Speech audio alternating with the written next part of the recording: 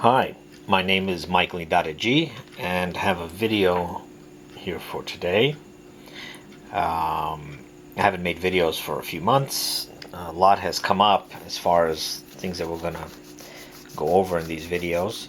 So we're going to kind of get a little heavier now. Now it's going to get, how shall we say, time for some more meat now. Now it's going to be really heavy stuff. So let's start out with the sign of Jonah the prophet is the hidden Alpha. So this is going to make sense. We're going to go over biblical verses on it. But first, let's draw a picture. So Jonah, Yahweh God spoke to Jonah and told him to go proclaim something to Nineveh. So I forgot how to spell Nineveh. So Nineveh's here. Here's the land. No problem. So Jonah fled from God and went into a boat. And when he went into the boat, he was sleeping in the boat, and the seas were rough. And the only way that they would be able to survive is if they threw Jonah overboard. And there's our Jonah. He's thrown overboard. But while he's thrown overboard, God had prepared a big fish to swallow, Jonah. So Jonah now is swallowed by the big fish.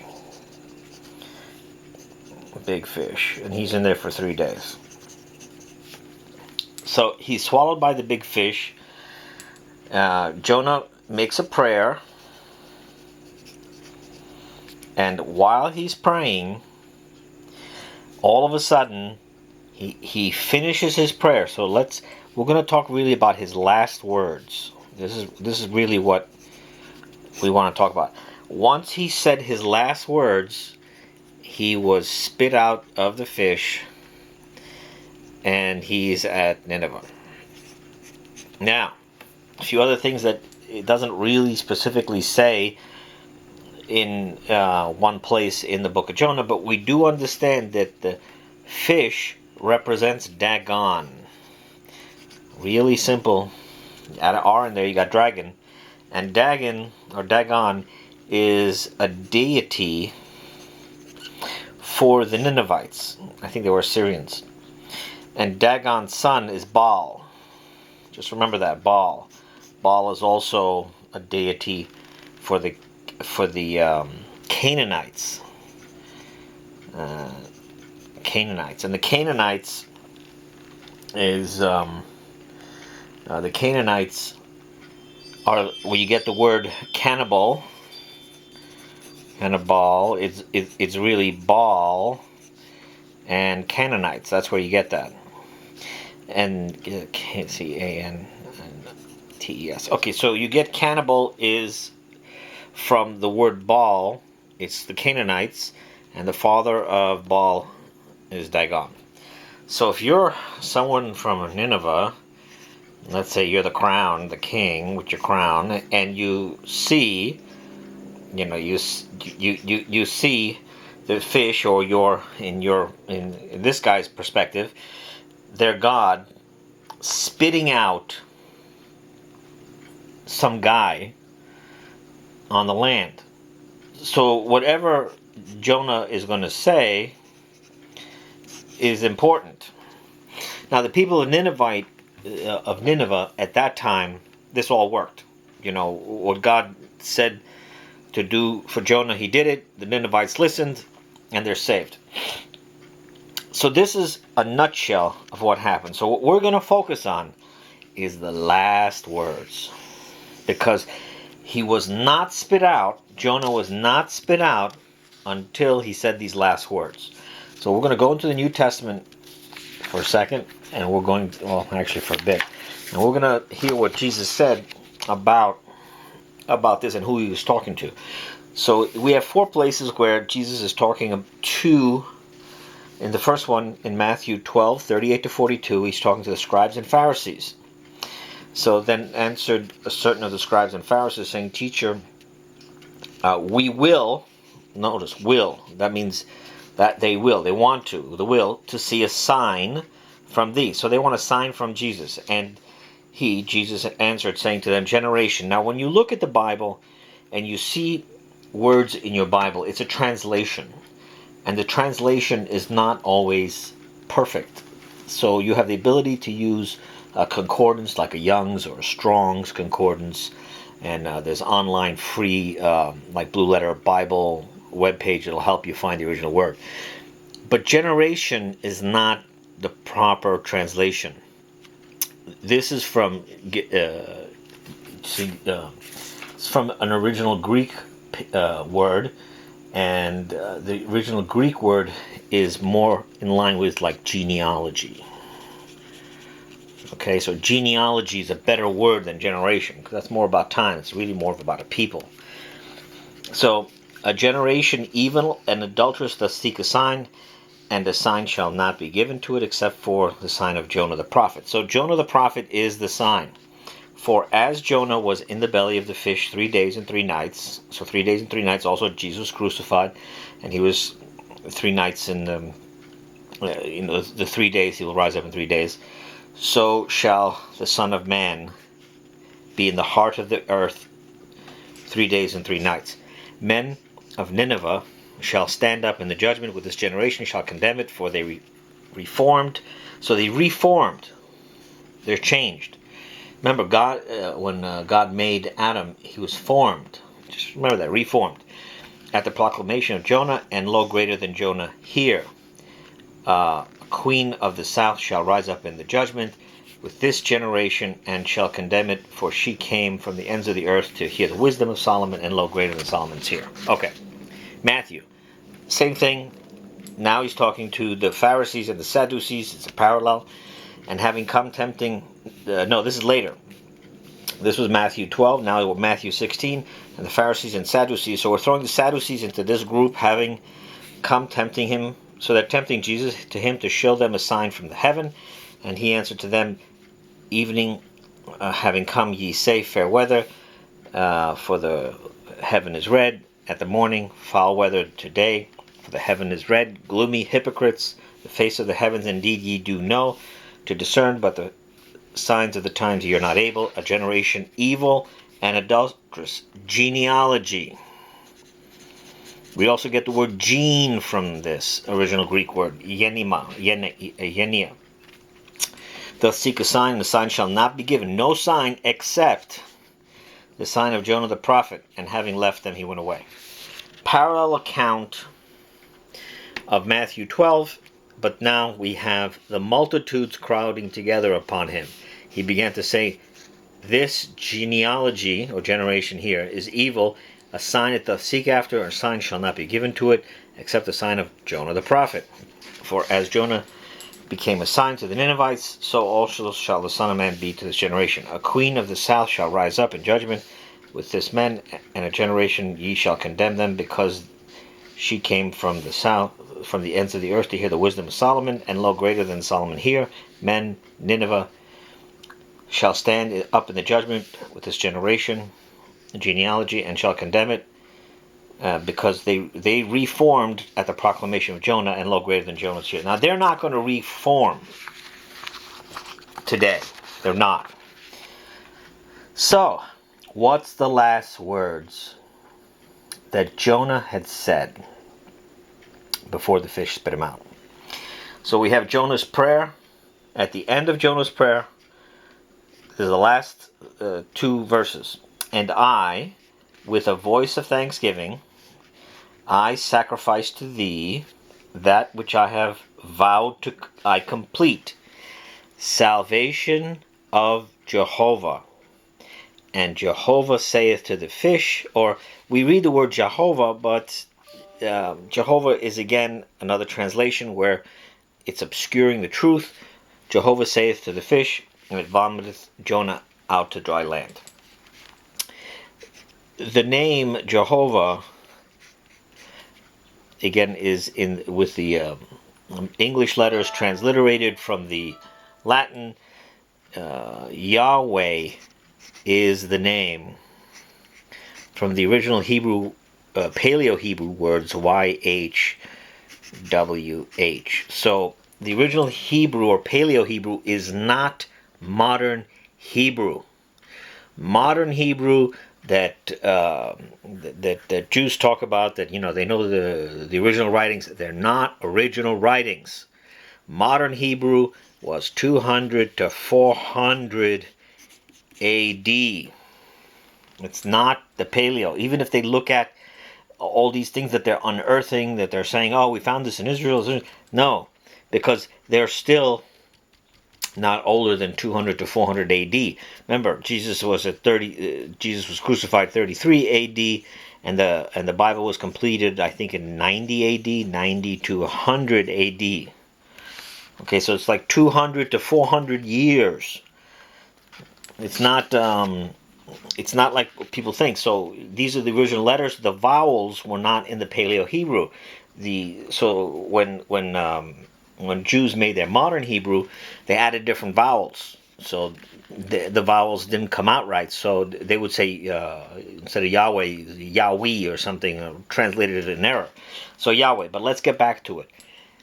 Salvation of Yahweh, or salvation of Jehovah, that we read here. These are the last words that Jonah said before he was spit out. Salvation of Jehovah. So, why is that important? That's important because when you look at the name Jesus, Jesus is from the Greek Iesous, and that's tying into Joshua, as you would probably find in your newer Bibles. But so Joshua is what you would find in your newer Bibles. Now, why would they hide names and things like that? Because if you had the names, more things would make sense. So the better way of saying it is Yahweh-shua. Yahweh-shua. Yahweh-shua is a better way to say Joshua. That's more accurate, the sound. So, Jesus comes from the Greek word Iesous, and this is in the New Testament, and in the Old Testament, it's Yahshua. So, why is that important? Well, again, this is the name, Yahweh-shua, and the name for God the Father is Yahweh. So you notice there's a lot of similarities here. A lot of similarities. Yahweh-shua means salvation of Jehovah, or Jehovah Yahweh, or Yahweh. That's the key. In other words, the message of Jonah was Jesus. That's the message. So when people say that there's no, it doesn't mention Jesus in the Bible, right now you could see that it's mentioning Jesus in the Bible. Now granted, it's saying salvation of Jehovah, salvation of Yahweh, but that's exactly what the name Yahweh-shua or Joshua means. It means salvation of Jehovah. So that was the proclamation that Jonah made to the Ninevites. And of course, the Scribes, Pharisees, they're not going to want to hear that. And they're not going to understand that. Because as far as they're concerned, they crucified Jesus. The Jews, the Pharisees, the Sadducees, they were the ones that crucified Jesus. That's another video we're going to make. And the last words that Jonah said when he was spit out was salvation of Yahweh or Jehovah. So then, how could this be? How could this be? You might think. Well, you got to remember that also in the Bible it says that Moses brings in the law. But truth, you could look up these key words in concordance. Truth and grace were brought in with Jesus. Truth and grace were brought in with Jesus. Now, Jesus again is the light and the truth.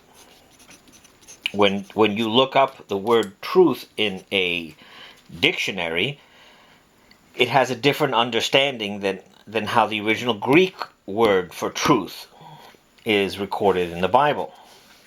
So let's use Pilate as an example, speaking to Jesus, and this very topic came up right before him. In John 18:37-38, Pilate therefore said to him, Art thou then a king? Jesus answered, Thou dost say. Now remember, the Jews kept on saying that Jesus was the king of the Jews because they want to tie Jesus into being Jewish, and Jesus is not a Jew. He is not. Again, if we have enough time, we'll get into that in a bit.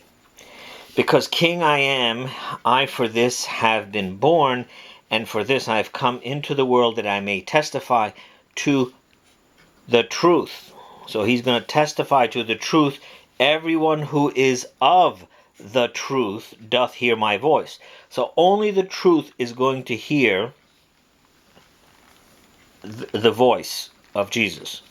Pilate saith to him, What is truth? Now, Pilate, being Roman, is a picture of people today. What is truth? They don't understand the truth is as Jesus said it. Just like Pilate said, What is truth? And having said again, he went forth unto the Jews, and saith to them, I do not find no fault in him. So Webster's dictionary is taking what Pilate said about what the word truth means. Exactly that, because even Pilate didn't know what the truth was, but the closest that Pilate could understand what the truth was to say there's no fault in him. So now begs the question, well, what does the word truth mean? Well, the word truth in the Bible, in the New Testament, the original Greek, it's made up of aletheia, alethios. It's a combination of two words. One word is hidden, and the other word is alpha. Okay? So when we look in the New Testament, the word truth, we have to understand that that is a combination of hidden alpha. Now this is really interesting because, and ye shall know the truth, and the truth shall make you free. The truth is actually part of the action and the noun. It does both because it's hidden alpha. Now we're going to go someplace else and tie this in together. And now when we look at the word, salvation of Yahweh, or salvation of Jehovah that Jonah had said, you could see how that's the hidden alpha. Okay, now we're going to go someplace else. Okay, now you've seen in my other videos, which when we're talking about Jehovah, or the better, more accurate, Yahweh. When you look at Yahweh, Jehovah, he's I am. I am that I am. Okay? I am is a state of being. Yesterday someone said to me, it's pretty funny, we are human beings. So are you a human being, or are you a human doing? Isn't that interesting? Human being. I am. Being. Existing one. Okay. So, now we're going to get into why the only way you can get to the state of being, the state of the existing one, is if you're part of the truth. The truth,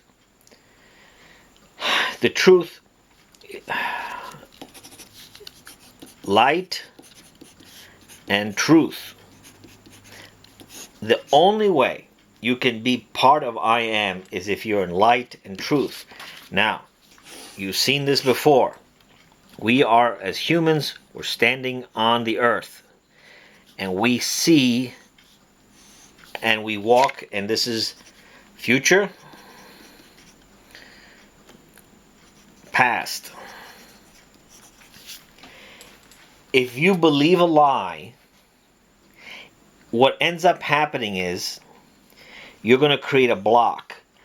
And instead of seeing the future, if you have past problems because of lies, you are going to see from this perspective.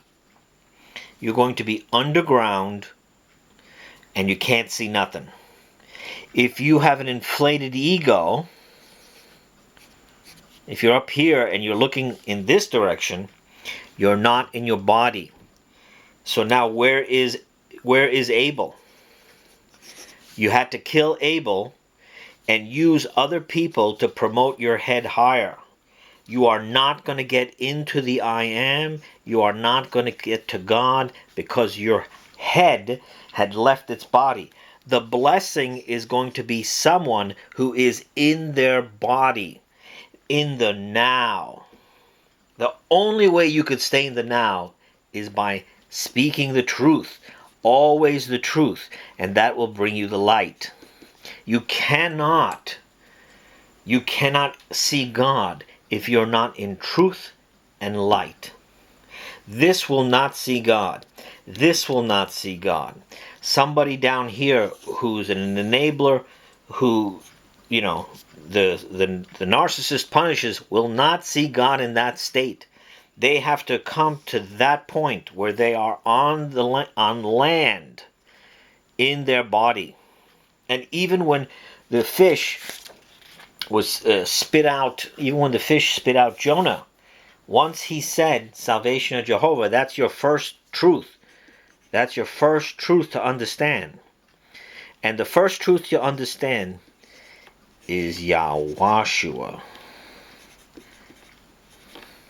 I know we're going, pretty fast on this, but if you look up these words and you draw it out, it makes more sense. Everything makes more sense. You cannot get into you cannot be part of God if you're lying. And where does that say that? Well, we have John 8 from 31 to 59. Jesus therefore saith unto the Jews that believe in him, if ye remain in my word, truly my disciples are, and ye shall know the truth, and the truth shall make you free. Now, once Jonah spoke the truth, he was spit out. And once he was spit out of the mouth of the world's lies that swallowed him up. He was spit out once he said, salvation of Yahweh, or salvation of Jehovah. They answered him, seed of Abraham we are, and to no one have we been servants. Okay, so Jesus is talking about this truth. He's talking to Jews, but the Jews are saying that they're the Israelites. However, they just lied. They lied because if they're going to say that they're Israelites, then, weren't the Israelites in Egypt for 430 years?